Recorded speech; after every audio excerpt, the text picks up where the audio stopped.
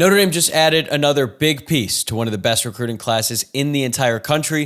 Four-star defensive lineman Elijah Golden is headed to South Bend. But is it the final move of the 2026 class? Or could Marcus Freeman still have a trick or two up his sleeve? We're covering all that and more on today's Locked On Irish.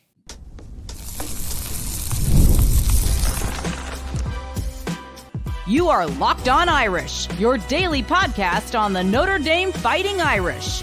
Part of the Locked On Podcast Network, your team every day. Hello and welcome in to a special Saturday edition of Locked On Irish, your daily Notre Dame podcast. I'm your host, Tyler Wojciak. I graduated from Notre Dame in 2018. Now I'm a producer at Fox Sports and have been covering the Irish for the past 5 years. Thanks for joining me on this special Saturday edition of the show. It is Saturday, August 9th, and thank you for making this your first watch or listen of the weekend. Quick reminder to subscribe on YouTube or wherever you get your podcasts. Now that camp is underway and the season is near, we're going to be doing a lot more shows like this outside of the regular weekday schedule, and the best way to stay up to date is to subscribe. Today's episode is brought to you by FanDuel. Right now, new customers can get $150 in bonus bets when your first $5 bet wins, and we have got a loaded show coming for you today. On this beautiful afternoon, Notre Dame has landed a massive commitment in four-star defensive lineman Elijah Golden, and I'll tell you why this edition could be the final piece to the 2026 class, and it is at one of the biggest needs in the entire cycle. Then we're going to take a big picture look at the recruiting board because the class has 27 commitments right now, so it might officially be done, but there is a chance that a couple more spots might still be in play. I'll get into that in segment 2. And to wrap things up, I'm going to rank every position group in this class from best to worst the way I see it. It's going to be a lot of fun, so stay tuned for that at the end. But let's start with my biggest takeaway regarding Elijah Golden's commitment to Notre Dame. It not only fills, a very important need, it also sends a message nationally that Notre Dame can beat a team like Alabama for priority defensive linemen. This has not been something we could say about Notre Dame defensive line recruiting in the past. It has been a struggle on that front for a long time, but I feel like adding a player like Golden is the missing piece to what is already a really strong defensive line class. Golden is 6'4", 260 pounds. He's originally from Virginia, and then he transferred to IMG Academy in Florida for his sophomore season, but he was only at IMG for 1 year. Then he transferred to Cardinal Mooney, which is in Sarasota, Florida. He played there his junior season, and he is going to play for them his senior year. Cardinal Mooney's head coach is a name you might remember. He's a former Notre Dame tight end, Jared Clark. Clark played for the Irish from 2000 through 2003, and Golden plays multiple spots on the defensive line for Cardinal Mooney, but Notre Dame likes him on the interior. He is the 23rd ranked defensive lineman in the class on the 24/7 Sports Composite and number 162 overall. His stock has fallen a little bit on the recruiting rankings. Back in March, he was actually the number 1 defensive lineman in the class and a top 50 player overall on 24/7's own rankings. He wasn't ranked quite as high on the composite, but that shows you how high some of these sites were on Golden, and they still are high on him. I don't think this is something to be overly concerned about, in my opinion. A lot of guys rise up during the summer, especially guys going into their senior season, and Golden made a splash on the scene when he was much younger. He was a national recruit starting his freshman season. That's part of the reason why he transferred to IMG, and Golden has been in the spotlight for such a long time that I think some guys have just caught up to him. It happens. But Notre Dame has made Golden a priority from the moment he burst onto the scene that freshman year, and after a lot of time and effort, Notre Dame was able to finally secure his commitment.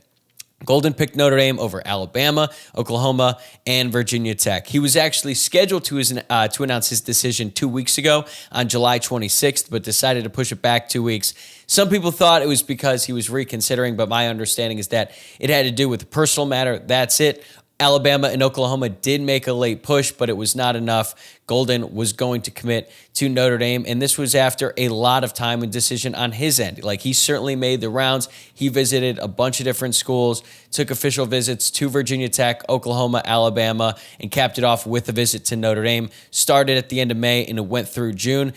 Golden was on campus for the weekend after that huge weekend. Notre Dame had 21 prospects on campus June 13th through the 15th, but then Golden came that following weekend, and he was there alongside Rodney Dunham and Ebenezer Iwatade two of Notre Dame's best defensive line commits in the class, and I think that was strategic. And Marcus Freeman and his staff had the chance to get the last word in, and they did a great job with it once again. We have talked about how important it is to get the player's last visit on the show multiple times. It was huge in securing the commitment of Joey O'Brien. He visited a bunch of different schools, and Joey O'Brien has since said that at one point he was pretty much dead set on going to Oregon, but it was that last visit to Notre Dame, being around the staff, being around the recruits, that ultimately made him decide to pick the Irish. And this was an entire staff effort. Al Golden, who is not known for his recruiting acumen or his effort on the recruiting trail, that's not to say he was a bad recruiter. He was very good. Well, Al Golden had been to Elijah Golden's high school 3 times. Al Golden met with him a bunch, both on campus, obviously, but he also went and saw him, and Marcus Freeman did as well. So this was a team effort, to say the least, and it took a lot of work to get this over the line, but they got it done. And even though Elijah Golden did not commit during that wave of commits in June when they got O'Brien and Adams and Premer and all those guys, it always felt like this is how it would end. And now Elijah Golden becomes the 27th verbal commit in the 2026 recruiting class.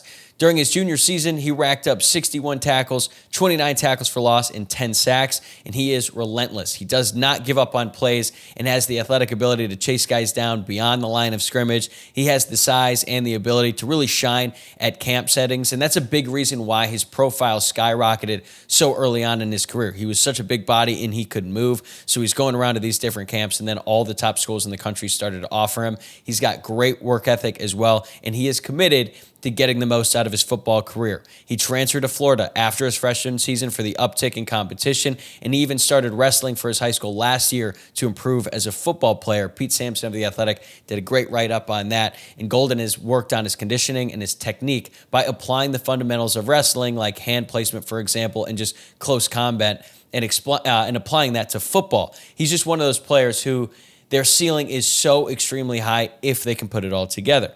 I will say, that is a big if, though. I think it's going to take some time for Elijah Golden to become a major contributor in college because there is a lot of development that needs to happen before he can become a dominant interior defensive lineman in college football. He has a tendency to get too high after the snap, and he doesn't destroy offensive linemen off the ball like you might expect from a top D-line prospect. Like, he's not just bull rushing dudes 10 yards into the backfield. And part of that is because he's playing good competition, but he's also just not dominating them in that way. Personally, I would like to see him be a little bit more physical and try to dominate more opposing players, and maybe we'll start to see that more during his senior season. We just have not seen a ton of it yet. He's very strong for his age, but he's going to have to put on a lot more weight and add strength when he gets to college because he's only 260 pounds right now. That's not going to cut it on the interior, which is what Notre Dame wants. Right now, he can play any position on the defensive line. That's one of the things about having a player this talented at the high school level is you can put him on the edge, put him on the interior, and just kind of create mismatches against the opponent. That's not going to work as well in college. He's going to have to pick a position. Notre Dame wants him on the interior, and he has the ability to excel in that role. He just has to learn the technique, the fundamentals, everything that comes with playing that position. So once he gets on campus, he's going to have to learn all of that. I believe it will happen. It's just not going to happen overnight. So you look at his impact on the class, he becomes the 12th highest rated player in the class according to the 24/7 Sports Composite and the 3rd highest rated defensive lineman behind Rodney Dunham and Ebenezer Iwatade. He's also the 4th defensive line commitment in this class, and I think he rounds it out perfectly because you look at the different profiles for these prospects.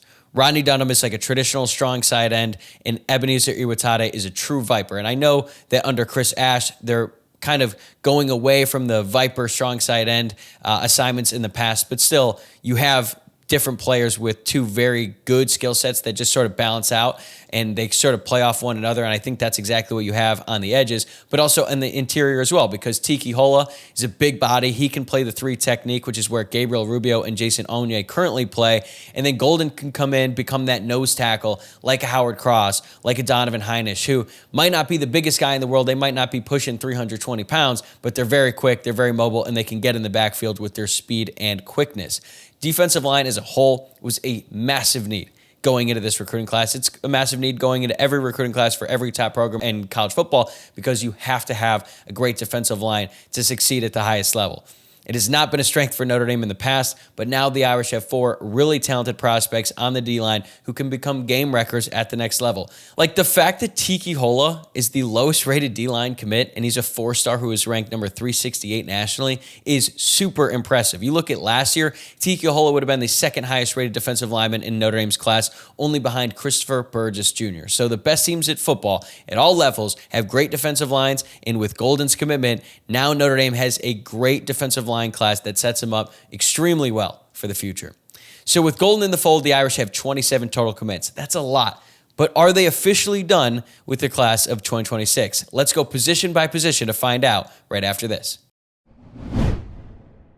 Today's episode is brought to you by FanDuel. Summer sports are in full swing, and whether you are all about baseball under the lights, golf on the green, or high-stakes soccer action, FanDuel is the best way to make every game even more exciting. You're already following the action. Why not make it a little more thrilling? With FanDuel, you can get in on the game while your friends are getting sunburned at the beach. I've been using FanDuel to track my favorite matchups, and the app keeps it fresh with new daily promotions and fun ways to bet. It's easy to use, fast to pay out, and makes even regular season games feel like must-watch events. Whether I'm placing a same-game parlay or watching a bet ride into the 9th inning, FanDuel makes it feel like I'm part of the action. Okay, so on yesterday's show, I gave out Phillies plus 400 to win the National League. I know that pretty much everyone is picking the Dodgers. They're the heavy favorites. They've spent, $1 billion on their team this offseason and the previous offseasons. But I just feel like sometimes when everyone expects the Dodgers to make it to the World Series and win it all, that's when they don't do it. So this year, I'm taking Phillies plus 400 to win the National League. And if you're new to FanDuel,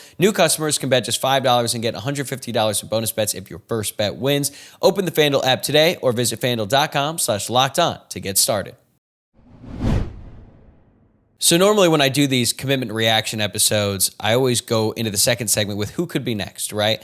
You get really excited about one commitment and then everyone starts thinking about, who could be next? And during June, that was a really fun exercise because every single time Notre Dame landed a big commitment, it felt like another one was coming right around the corner. But now that Elijah Golden is in the fold, I think they're done. And I think this is a terrific class. They have 27 total commits right now. That is the most since 2021. And they are currently ranked in the top 5 on pretty much every recruiting outlet. I'm not sure if it's going to stay that way all the way until the very end, but they're going to be right there. And this is a very, very talented group. The only positions where I think they would even consider taking another prospect are at linebacker and defensive tackle, specifically if Alistair Vallejo decides to reconsider his commitment to Michigan, because Notre Dame was very actively recruiting Vallejo and Golden at the same time. So I think they would be more than willing to take both of these guys and take 5 defensive linemen in this class. But I think they're going to be very specific about who they would take because they're pretty much done at this point. At linebacker, they only have 2 linebacker commits right now, Kobe Clapper and Thomas Davis Jr. So I could see them maybe taking a third because that's just what they've done in the past under Marcus Freeman, but it's not as necessary because they have taken 3 linebackers in every single class and they already have so many talented players in that room. It's not as big of a need. Like realistically, every single linebacker on Notre Dame's team right now could come back next season. I don't expect Jalen Steen to be back on the team, even though he does have 1 more year of eligibility. I think he's going to go to the NFL after this upcoming season, but everyone else could. Kingston Viliamu-Asa definitely will. He's only been around for 2 years. Drake Bowen could leave for the NFL. I don't see that happening, but Notre Dame is in a great spot at linebacker, and considering most of the time now there's only 2 linebackers on the field, I don't think they need to take a third linebacker in this class. But let's look at the rest of the positions, right? Quarterback, they've had their guy for a long time. 4-star Noah Grubbs has been committed since the summer of 2024. And even though he hasn't taken off quite like they had hoped when they secured his commitment, the staff still likes him a lot, and they think that he has been a great asset in terms of recruiting other prospects. He was the first guy to commit alongside Dylan Faison, and they have been actively recruiting all these other guys who are now committed in the class. At running back, they have 2 4-stars, Javian Osborne and Jonez Walton. They are locked in. As soon as Jaywan Sider came into the program, he started recruiting guys extremely aggressively, and he was able to land 2 players ranked in the top 10 at their position. That is super impressive, and I love what Osborne and Walton are going to bring to the table. They also complement each other well. Loaded group right there. At wide receivers, they are certainly done because they have already taken 5 commits in this class. Kadon Finley, Bubba Frazier, Braden Robinson, Devin Fitzgerald, and Dylan Faison. This is such a better haul at this position than they've had in a really long time. Like, we're not going to be dealing with the situation like last year where Notre Dame was frantically trying to get Derek Meadows to reconsider his commitment to LSU, and then he ultimately did reconsider that commitment. The only problem is he decided to flip to Alabama and not Notre Dame. And then at the end of the cycle, Notre Dame had to take Scrap Richardson, who might end up being good, but certainly a project considering he had never even played wide receiver before he came to college. Now they have 5 guys, all very talented. They bring different things to the table. And honestly, Notre Dame really only needs 2 of 5 to hit. So that's sort of the luxury when you take all these guys. I think we could see 3 of these guys hit. Realistically, all 5 could. It's just unlikely given what history has told us about taking a bunch of wide receivers. But still, the fact that Notre Dame was able to get this many talented players and the one guy they wanted most at Kadon Finley, they are definitely done at recruiting wide receiver. Tight end. They have 2 guys right now, the 5-star Ian Premer and 3-star Preston Frizzell. There was a chance at one point that they could take 3 tight ends in this class. They had Evan Jacobson for a long time. It felt like Jacobson's commitment was inevitable, and that just didn't happen. He waited too long, and then Notre Dame secured Ian Premer. By that point, Frizzell had already committed, and now they were like, well, that's really the only tight ends we planned on taking at that point. So now Evan Jacobson is committed to Texas A&M, which is a little bit interesting considering Notre Dame plays Texas A&M this year, but Notre Dame is done at tight end. Love what they brought in at that group. On the offensive line, they're definitely done as well because they have 6 commitments in this class, and I don't think they planned on having 6 going into it. They added Grayson McKeo and Charlie Tom very late in the game. And as a matter of fact, at one point, it looked like Grayson McKeo was going to go to Penn State. So then they offered Charlie Tom, and it looked like Charlie Tom was going to commit right away. He grew up a Notre Dame fan in Avon, Connecticut. And then a couple days later, Grayson McKeo decides, you know what? He's going to move up his commitment date, and he's going to commit to Notre Dame instead of Penn State. But they already had the offer out to Charlie Tom. They were willing to take him, so now they have 6 to go along with Gregory Patrick and Tyler Merrill. I think McHugh and Tom are true tackles. Gregory Patrick and Tyler Merrill could play tackle or guard, and then Sullivan, Garvin, and Ben Nichols definitely look like interior players. So they have a bunch of different guys who can do different things, but they also balance each other well. They balance out the class because you have tackles, and then guys who are hybrids, and then true interior guys as well. Defensive line, we already talked about it. I could see them maybe taking one more on the interior. There's a chance that during this upcoming high school football season, some guys are late risers. We see that every single year. There are some players who just, maybe they're late bloomers, just get their opportunity in a big-time program, and they just take off their senior season. I would say it's more rare that it happens on the defensive line. Like, you see that a little bit more with running backs, guys at the skill positions on the outside where they just have a growth spurt, become a lot faster, things like that. But it is possible that a defensive tackle just kind of takes his game to another level this fall and Notre Dame gets interested and they take him. But I think that they're going to really focus on getting a guy like Alistair Vallejo, or if like Samote Koatanga, who's committed to USC right now, Notre Dame was really after him for a long time. If he decides to flip, if things go south with USC, Lincoln Riley might be out the door. Maybe Koatanga decides to open up his commitment again. Notre Dame will go all in on trying to get him to join this class because he is just that good, and he was such a high priority for them early on. Linebacker, like I said, only have 2. Maybe they'll take 3. I don't think it's as much of a need as it would be in previous cycles. At defensive back, they're done.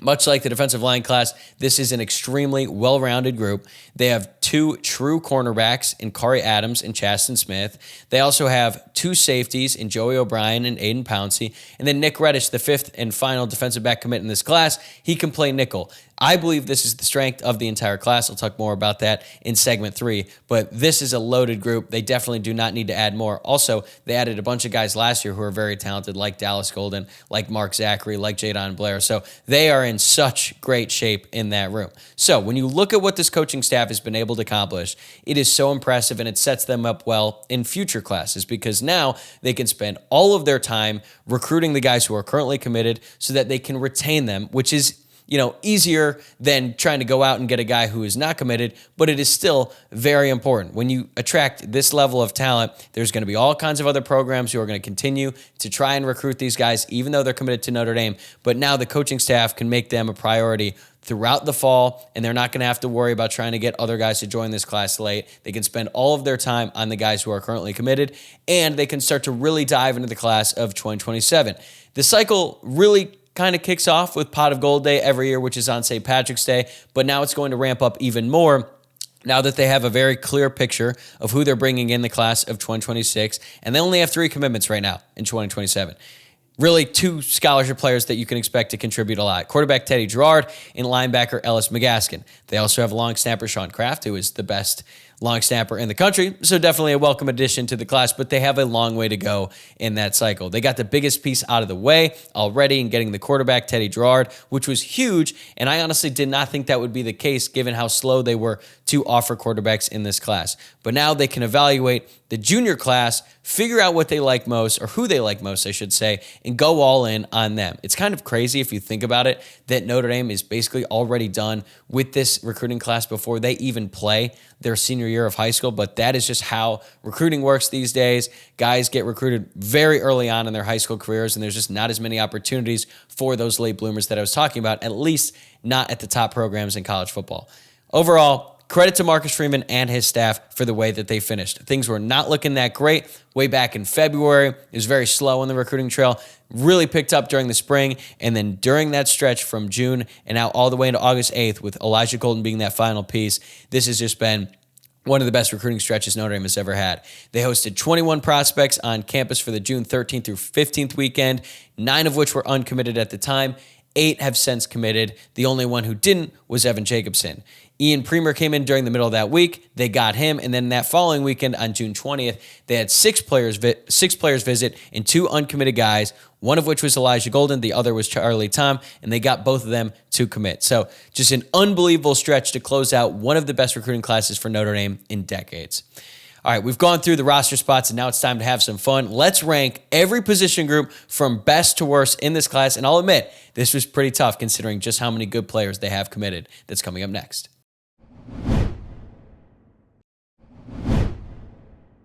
All right, before we get back to the weekend, I wanted to rank the position groups in this class now that I believe it's all said and done. And I wanted to do this before their senior year of high school. And then that way we can go back to this once high school football season is over and we can sort of reevaluate once signing day comes around and we could see, whose stock rose, whose fell, and reevaluate then. But as we sit here today, this is how I would rank the position groups in this class of 2026.